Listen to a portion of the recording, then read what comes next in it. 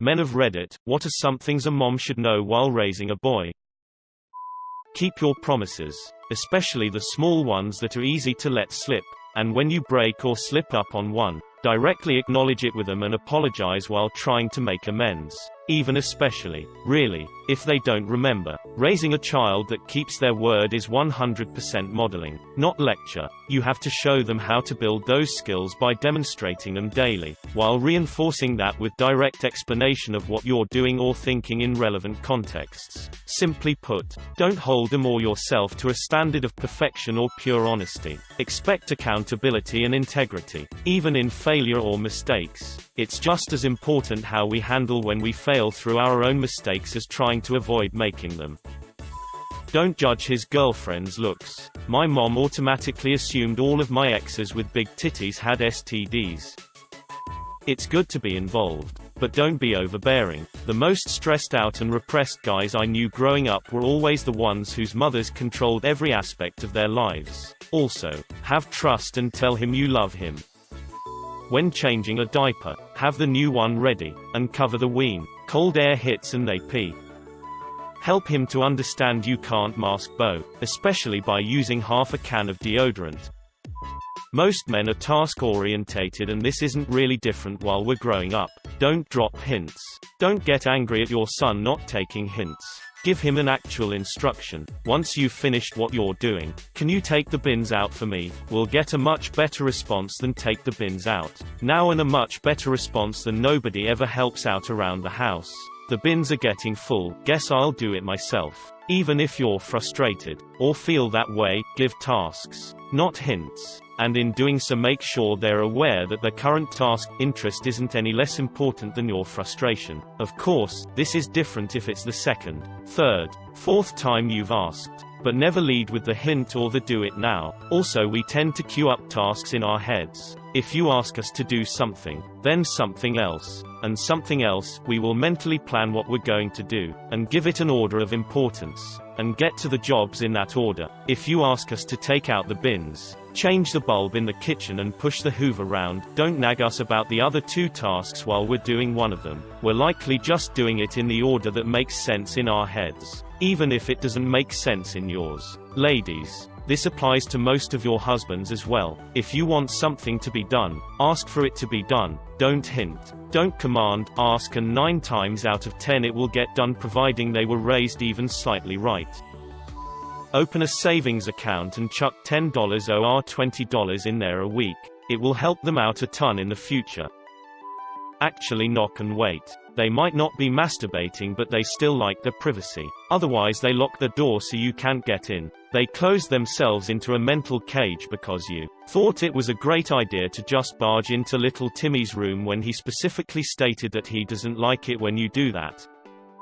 Mother knows best has some weight as a phrase, but should never be law in your relationship with you son. It's infuriating when trying to defend yourself or what you want, while knowing the entire time you'll get dismissed entirely. Of course you should have authority over your son, but ensure you do so respectfully. Listen to what they have to say and reflect upon what is being said. Don't take those moments your son may argue with you as time to catch your breath in between berating him. That and when he may be looking for jobs. Unless you live in a small town, or the place of work has a sign regarding hiring. Everywhere does job applications online. Sending him around to every shop with a resume will just be a waste of paper and time. A certain generation is under the impression that it'll show you're determined and may get you a call, where the reality is closer to oh, his parents clearly told him to do this. Yeah, sorry, all our job stuff is online.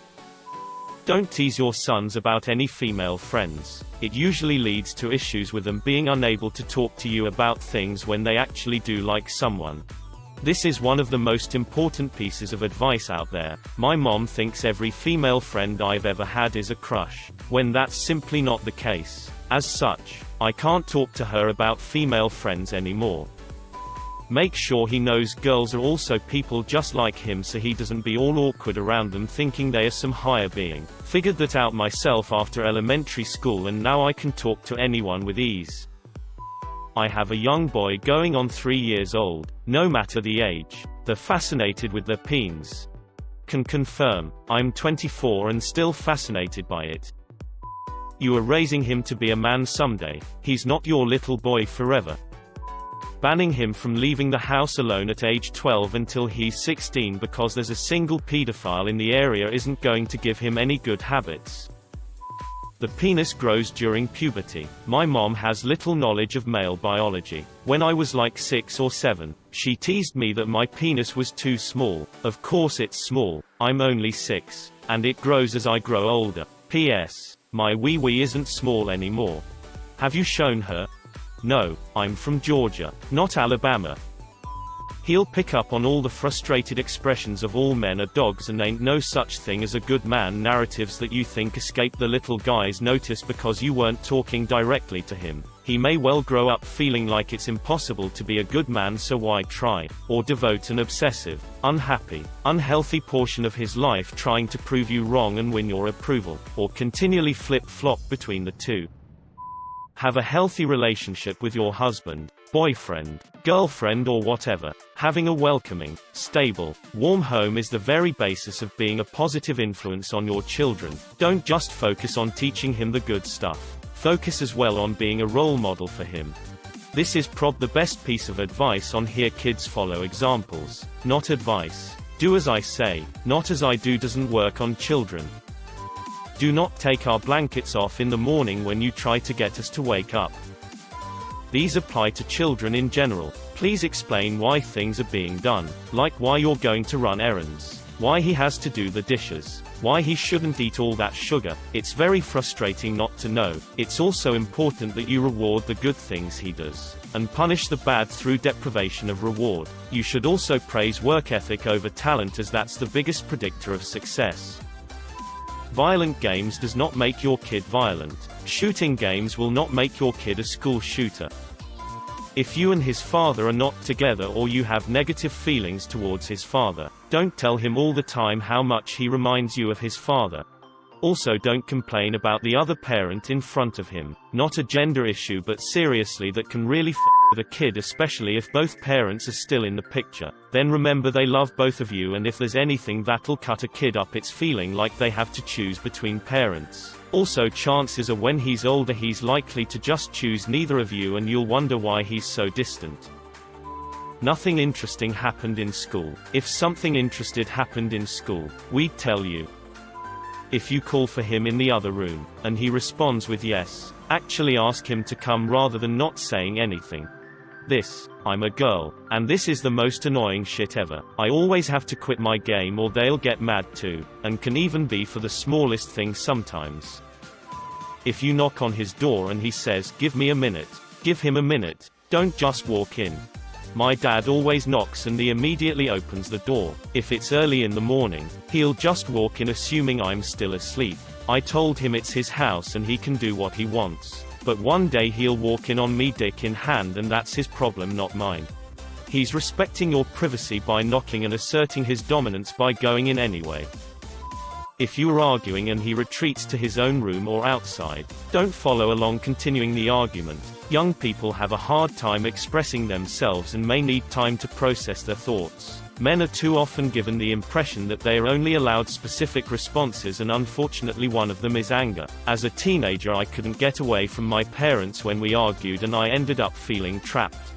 I've suffered a panic attack when my mom flew off the handles the last time, was kicked out in my underwear in -10 degrees, got to go back in half an hour later completely frozen and just curled up in a corner and cried. She came up to me, took photos of me and then ridiculed me for not being a man and blamed me for destroying her life. Soon, 1 year, then I'll be gone, forever. Encourage them to be adventurous, to take smart risks, and how to negotiate. Was raised by a very overprotective mother. I learned none of these things till middle age.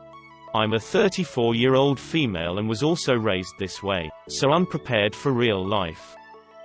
I'm going to speak as a 33-year-old man who was raised by a heavy-handed, overbearing single mother. Let him be himself. He will resent you his entire life if you force your lifestyle, career and beliefs onto him. Don't keep him from his father or give him bad information. If you two split, okay fine, but let the man see and spend time with his father. These two ideas may not seem like much, but I cannot stress and emphasize the importance of both of these enough.